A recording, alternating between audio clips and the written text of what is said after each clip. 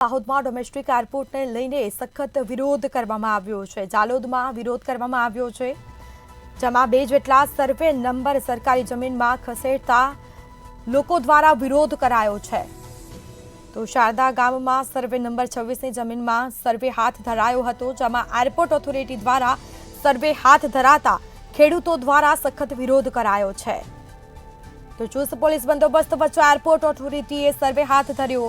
એક તરફ Delhi Mumbai national corridor રોડમાં જમીન સંપાદન, તો બીજી તરફ કહી શકાય કે તપાસ કરતા અને સર્વે હાથ ધરાતા ખેડૂતોએ વિરોધ કર્યો છે। ખેડૂતો વિરોધ પર ઉતર્યા છે।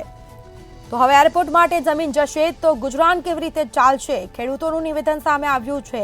અમારી ખેતી લાયક જમીન સંપાદન માટે નહીં આપીએ, ખેડૂતો દ્વારા વિરોધ કરવામાં આવ્યો છે।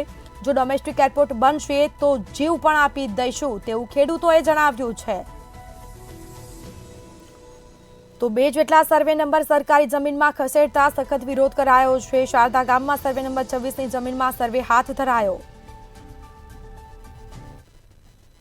14, 15 અને 16 તારીખે એરપોર્ટ ઓથોરિટી વાળા સર્વે કરાવ્યા અને અમે ટાટાગોળામાંથી સર્વે બંધ કરાયું।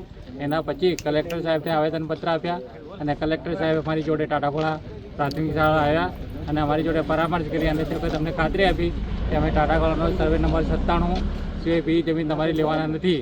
તેમ છતાં ગઈકાલે સર્વેવાળા આવ્યા અને શારદાનો 26 નંબર લઈને આવ્યા, ત્યારે અમે એ લોકોને વિરોધ કર્યો અને સર્વે કરવા દીધું નથી।